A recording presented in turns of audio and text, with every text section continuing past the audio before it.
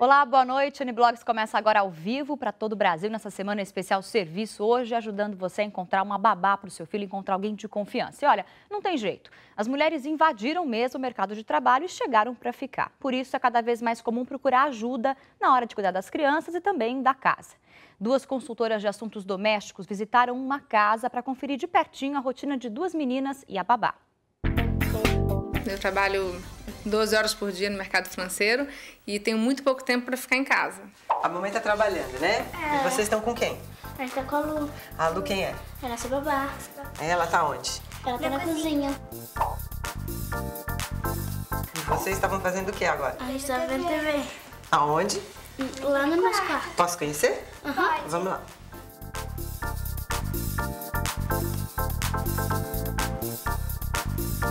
Crianças, televisão e guloseimas. Se a gente bobear, eles passam o dia assim. A gente deve incentivar uma brincadeira ao ar livre, com bola, bicicleta, patins, jogos interativos, amigos em casa. E por falar em guloseimas, eu vou conhecer a Lu na cozinha. O que eu vejo nesse quarto é uma mesa de estudo debaixo da janela. O negócio é evitar essa situação. Agora, caso não dê, o ideal é colocar uma rede ou uma grade de proteção.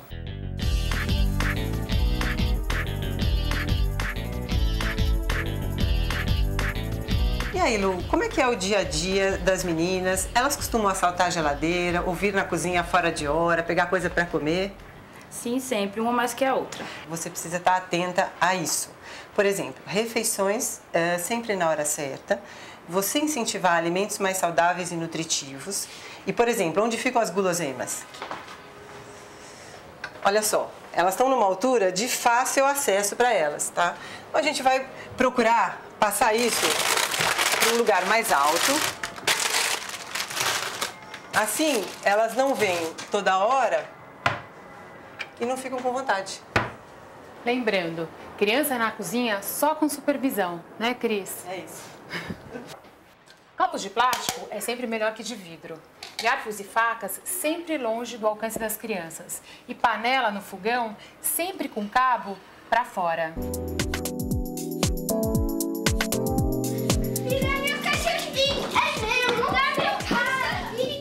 Prevenir acidentes é fundamental, né, Mônica? Mas a gente sabe que os acidentes acabam acontecendo. É verdade. O importante é ter uma caixa de medicamentos com tudo que uma criança possa precisar e longe do alcance dela. Para! Meu cachorrinho! Adorei a dica das meninas, especialmente a parte delas não ficarem muito tempo com a televisão, porque realmente é muito melhor a criança estar ao ar livre, tomar cuidado com a alimentação, ter uma vida mais saudável. Então achei fantástico as meninas terem vindo aqui em casa hoje, muito bom. Bom, e para descobrir qual a babá ideal para os seus filhos, eu vou conversar agora com a Ângela Clara Correia. Ela é psicóloga e diretora da Escola para Babás Uniri. Além disso, a nossa blogueira convidada de hoje é uma estreante aqui no Uniblogs, Alessandra Zitschlag, mais conhecida como Lelê, do blog Te Dou um Dado do portal R7. Obrigada, meninas. Bem-vindas. Falei certo seu nome? Certíssimo. Vou chamar de Lelê para não errar de jeito nenhum. Bacana a presença da Lelê aqui hoje. Vamos começar conversando sobre isso que a gente viu na reportagem. Sim. O papel da babá. As consultoras dando várias dicas para a babá do que ela deveria fazer ou não fazer. Quem que determina o papel da babá? É a família que contratou ou tem uma regra geral? A grande questão quando se seleciona uma babá é que a gente quer a babá que tenha todas as qualidades numa pessoa só. Então, não existe uma perfeição de babá. Então, essa mãe tem que moldar mesmo. Até porque essa mãe tem gostos, tem alguma cultura diferente. Ela tem que dizer para essa babá o que ela espera do trabalho dela. Uhum. Uma questão importante é a babá tem que saber que ela é educadora. Há muito tempo... Ela é educadora, Ela é babá. educadora. Até porque tudo que ela faz, se ela prende o cabelo de uma forma, a criança vai querer prender da mesma forma. Se ela falar errado, a criança vai falar errado. A Lê está concordando, é verdade. Se ela conversar, né, falar de boca aberta, a criança não vai assimilar também a educação, né? Então, ela é modelo por natureza, ela é exemplo, então, ela, queira ou não, ela é educadora. Mudou muito o papel. Antigamente, as babás, a mãe ficava em casa com a babá, então a babá só auxiliava. Hoje não, a babá fica em casa o tempo todo, a babá geralmente dorme no emprego, está 24 horas por dia. Ainda mais se a criança é menor, né? Se é bebê, às justamente. vezes Mas babá, em via de regra, a maioria dorme no emprego. Agora, a criança é esponja, absorve tudo que vê, né? Você faz uma coisa, a criança repete. Você tem filho, Lelê? Tenho E aí, como filha. que é? Como que é a relação? Tem babá, não tem? Percebe mudança de comportamento na criança porque é um costume da babá fazer de um jeito ou de outro? Eu amamentei até os 6 meses, assim. Então, até os 6 meses eu ficava em casa, eu trabalhava em casa e tal. E aí, eu comecei a trabalhar fora de novo, depois, quando a Chiara já tinha 6 meses. E aí, eu precisei de uma babá. Então, a pessoa que trabalhava na minha casa começou a ser a babá da minha filha, assim.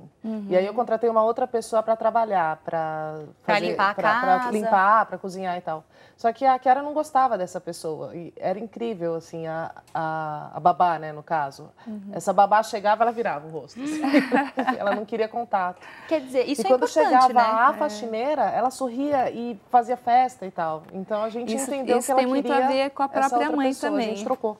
Então, e é um pouco isso também, a criança dá sinais, né? De que se tá tudo bem com aquele relacionamento, se não tá. Isso é um ponto importante Mas ela para olhar, percebe né? muito a mãe. Quando a mãe, o teu tratamento com a nova babá, às vezes é excluir. Se a criança percebe que você exclui, ela vai na tua onda, ela exclui também. Então, se você atribui mais confiança para a faxineira, claro, você tem mais ligação com ela, ela vai querer, se minha mãe gosta dela, eu vou gostar mais dela também. A criança funciona muito no sentimento, no caminho da mãe Agora, mesmo. eu acho que tem uma relação muito delicada, né? A gente, infelizmente, ainda vê na televisão, inclusive está até aí na reportagem, vamos aproveitar esse ponto. A gente vê casos de violência contra crianças, né, estampados nos jornais, nos noticiários. E para diminuir o risco de agressões dentro de casa, que é uma preocupação muito grande, os pais têm que prestar atenção em alguns sinais, inclusive passados pelo próprio filho.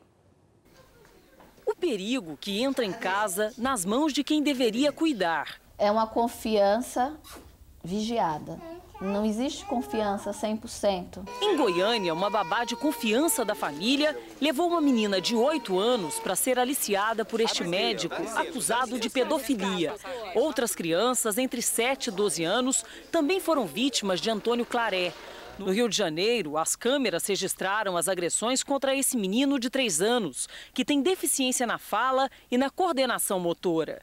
O medo de enfrentar situações parecidas fez essa advogada mudar o escritório para casa, depois da maternidade. Existe um maltrato psicológico que esse vai sendo feito a conta-gotas e que traz efeitos para a formação da psique da pessoa para o resto da vida. Passou 10 meses dividindo o tempo entre prazos, petições e Hannah, um bebê que agradece cada minuto de atenção da mãe. Um beijo gostoso. Quando decidiu contratar uma babá, ela pesquisou várias empresas. Esta é a especialidade da psicóloga Ângela, que há 14 anos montou uma escola que prepara babás. Ela dá dicas de como os pais devem agir para diminuir os riscos. Checar referência, checar endereço, checar histórico familiar, que ela consiga perceber o perfil dessa profissional. Que ela consiga, por exemplo, fazer dinâmicas que a gente consiga fazer uma leitura dessa babá, se ela tem um bom humor, se ela tem uma estabilidade emocional. Mesmo tomando todos os cuidados na hora de escolher a babá, os especialistas alertam. Os pais precisam estar atentos, chegar em casa fora de hora, checar se a rotina da criança está sendo cumprida e, o mais importante, observar sempre o comportamento. Uma criança tranquila e feliz é o maior atestado de que está tudo bem. Como é que foi o seu dia hoje? Foi tudo bem. Mas contestar a mamãe bate. Cuidar, brincar. O melhor, segundo os especialistas, é dividir tarefas sem confundir os papéis. Apesar da boa convivência e do carinho pela babá, de algumas preferências, as crianças não abrem mão. Quem é boazinha? Mamãe. É isso aí. A nossa convidada que está aqui com a gente hoje no estúdio justamente apareceu na reportagem, ela que forma babás aqui em São Paulo, né? Dá um curso de formação para babás. Quais são os pontos principais que a babá estuda para ter? Porque não é simplesmente chegar e pegar a criança no colo e ninar a criança. Tem que dar banho, tem que alimentar, tem tudo isso, né? E nem sempre todo mundo sabe fazer essas tarefas, né? É verdade, um curso vai dar muito mais segurança para a babá, porque ela vai ter aula com profissionais da área. Então, o nosso curso na Uniri, nós temos uma nutricionista que vai passar toda essa parte de combinação de alimentos, essas guloseimas fora de hora que não podem ser dadas, de acordo com a idade, que tipo de alimentação. Focamos muito na higiene do alimento, na higiene da criança e na higiene pessoal, que é imprescindível que uma babá tenha uma boa higiene, ela tem a ver com a saúde mesmo. Tem uma psicóloga que vai falar do desenvolvimento emocional, que a gente fala desde 0 até 6, 7 anos de idade. Que tipos de brincadeira que é adequado para aquela idade. A gente fala muito dessa questão da agressão, que você falou da violência doméstica. Isso infelizmente ainda acontece, é um problema. Muita gente até coloca câmera de segurança ou tenta descobrir se o filho está passando por algum tipo de abuso, né? Acho que esse é o maior medo dos pais, colocar alguém dentro de casa que você não conhece. É o lobo mau mesmo, assim. A grande preocupação da mãe com a babá e a nossa, enquanto ministramos os cursos, também é colocar que ela se conscientize que o papel principal dela é proteger essa criança. Então, às vezes, uma babá tem que ter uma boa índole, tem que ter um bom humor, tem que ter uma boa afetividade, tem que ter responsabilidade, mas ela tem que ter em si essa maternagem que a gente fala, ela tem que zelar pela integridade física, psicológica dessa criança. Se ela tiver isso, é um bom começo. Claro. Depois vai aprendendo. Agora, o trabalho dos pais também nunca termina na relação com a babá, né? Porque parece que você ensina para a babá qual a comida da criança, qual o horário do banho, de dormir ou de levar para a escola. Ter filho acompanhar o dia todo. Então, por mais que você consiga uma babá super boa, excelente, com curso, enfim, excelentes referências, mas nenhum ser humano tem 100% de garantia. As pessoas enlouquecem, né? As pessoas se irritam e às vezes ela não consegue controlar isso. Então, precisa ter um acompanhamento, aquilo que você falou de perceber o que a criança, os sinais que essa criança vai trazendo, o grau de afetividade que ela tem com essa babá. Enfim, sintomas que ela não tinha e que passa a ter, por exemplo, uma criança que não fazia xixi na cama, passou a fazer. É um sinal. É um sinal, ela nunca fez isso. Fez, então vamos pesquisar o que tem, por que está acontecendo isso. É dia a dia cuidar mesmo.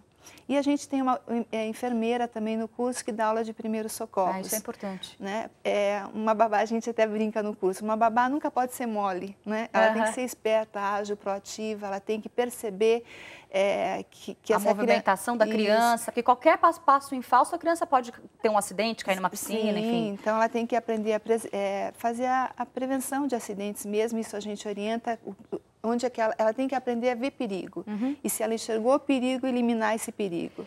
A gente está conversando com a Ângela Clara Corrêa, que é psicóloga e forma babás aqui no N-Blogs, falando de como encontrar uma babá para o seu filho. E também está com a gente aqui a Lelê, do Te Dou um Dado, blogueira convidada de hoje, estreando no N-Blogs. Então, eu vou pedir para a Lelê mostrar o destaque. O que tem hoje no Te Dou um Dado? Então... Ou o que é o Te Dou um Dado? Vamos explicar para o pessoal que não conhece o blog, né? Na verdade, a gente ainda está repercutindo o fim do Big Brother e tal, e a gente fala muito sobre isso, sobre os reality shows. Semana que vem já vai começar Ídolos, então a gente já vai começar a trabalhar Ídolos também, porque tem o Te Dou um Dado, que é um blog de humor, onde a gente fala sobre celebridades brasileiras ou subcelebridades e televisão. Certo. E a gente tem também o Tricô, que eu faço com a Clara, a Verbook, porque eu Te Dou um Dado sou eu, a Polly e o Didi. E São o Tricô, 3 pessoas. Sim, o Tricô sou eu e a Clara, e que estava dentro do Te Dou um Dado. Agora a gente já vai começar um blog novo. Tudo na linha de humor. Tudo sempre humor. Sempre com uma ironia inteligente, né? Tem bastante isso, Às vezes nem tão inteligente assim. Mas que é bacana de ler, né? Eu me divirto, eu sempre já lia antes, há mais tempo, estava falando para a Lelê aqui, é bem bacana. Então, sempre tem destaques legais, assim, que dá para acompanhar no blog. Você fica ligado, entra no portal R7, na seção de blogs, tem o Te Dou um Dado, da Lelê, da Polly, do Didi, e logo em breve aí o Tricô dos Brothers. Vai ser o Tricô das Minas agora. Tricô das Minas, porque acabou que vai estrear com a Clara Verbook e com a Lelê. Então, você fique ligado, pode acompanhar tudo pelo portal R7. Voltando a falar um pouquinho do caso das babás, de como contratar, como ter segurança, vamos ver agora alguns cuidados básicos, justamente na hora de escolher a sua babá. Na hora de escolher a babá ideal, o primeiro passo é observar se ela gosta de crianças. Verifique o asseio corporal e a linguagem. Pesquise a escolaridade e o histórico familiar. Avalie o conhecimento da candidata em situações do dia a dia para saber se está preparada para emergências do lar. Questione a babá sobre a relação com crianças que já cuidou e certifique o comportamento e os tipos de atividades realizadas por ela.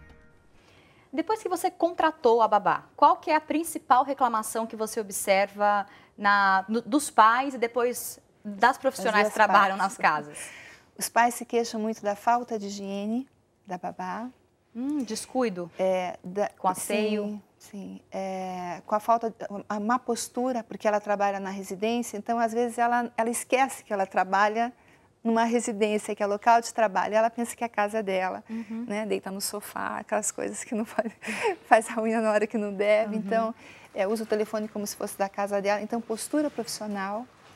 E uma outra coisa que eu ouvi muita queixa é a falta de repertório de brincadeiras. Então a babá, ela sabe que tem que brincar, mas, por exemplo, ela não sabe contar uma história para aquela faixa etária, por exemplo. Sim. Então ela conta história, mas ela não sabe com que finalidade que ela está contando.